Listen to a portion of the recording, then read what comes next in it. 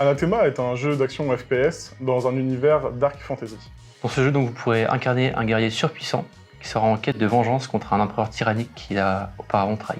Et cet empereur tyrannique, pour pouvoir se défendre, il va lancer des assauts de hordes à travers les niveaux.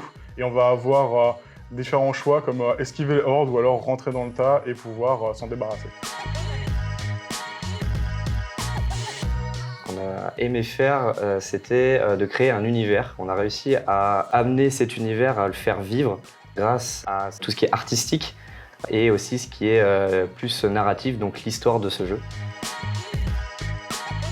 Du coup, on est content de ce que ça a rendu et pour amener de la satisfaction dans cet univers, que ce soit pas trop vide, il y a eu un système de horde. Donc le système de horde, c'est un système qu'on a voulu implémenter dès le début. C'est en fait notre ennemi, donc l'empereur tyrannique, qui va régulièrement envoyer des vagues d'ennemis contre le joueur pour le défier un peu et l'empêcher de l'atteindre lui pour le tuer.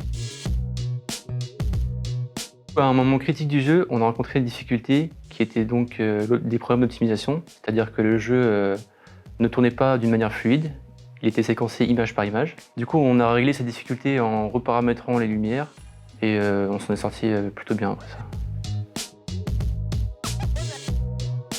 La seconde difficulté qu'on a eue, ça a été au niveau de l'animation.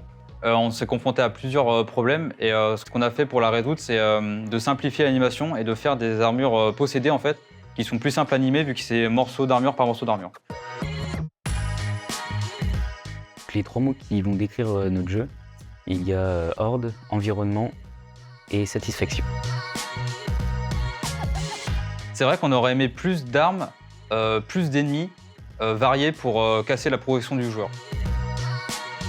Anathema, c'est un projet qui a été pensé pour être conçu sur une année scolaire, mais on a pensé le jeu en beaucoup plus général. On n'a fait vraiment qu'une vertical slice, donc un extrait du jeu.